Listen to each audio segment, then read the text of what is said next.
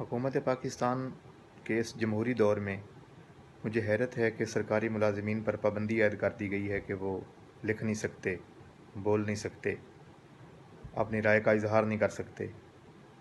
تو مجھے یاد ہے کہ ایسا تو ضیاء دور میں بھی نہیں ہوا تھا، حالانکہ ضیاء الحق کی دور آمرانہ دور کے عروج کا دور تھا، مگر عطاء اللہ قاسمی صاحب، امجد اسلام امجد صاحب کالم بھی لکھتے رہے، تبصرے بھی کرتے رہے، سیاسی گفتگو بھی ہوتی تھی، سیاسی مجالس میں بھی جایا جاتا تھا۔ لیکن یہ کیسا جمہوری دور ہے؟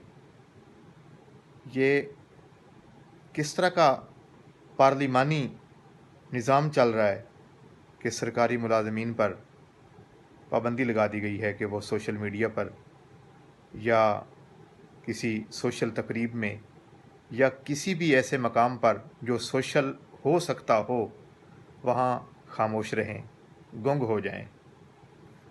تو میرے پاس لفظ نہیں ہے کہ پھر ایسا نہ ہو کہ میرے ان الفاظ کی وجہ سے سرکاری ملازمین کے ساتھ ساتھ عوام اور ہم جیسے پبلک پر بھی پابندی عائد کر دی جائے۔